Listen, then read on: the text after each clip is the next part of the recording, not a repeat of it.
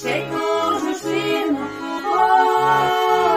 ой-ой-ой, і пішла спати на конюшину, ой-ой-ой.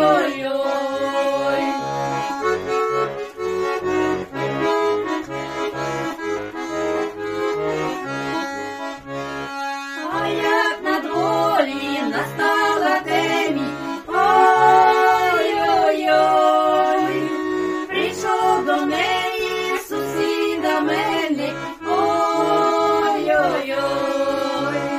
прийшов до неї сусіда мельник, ой-ой-ой, малій дитині пиріжок дала,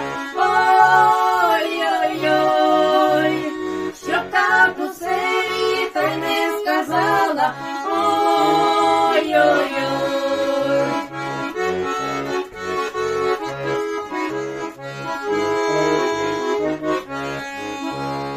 Рада дитина пиріжок з'їла, ой-ой-ой, пішла додому, все розповіла, ой-ой-ой, пішла додому, все розповіла, ой-ой-ой, ой, тату, тату, тату, татусю,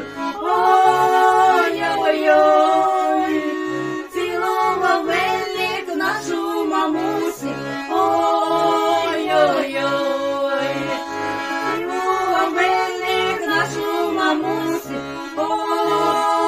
ой-ой-ой, цілував очі, цілував лице, ой-ой-ой.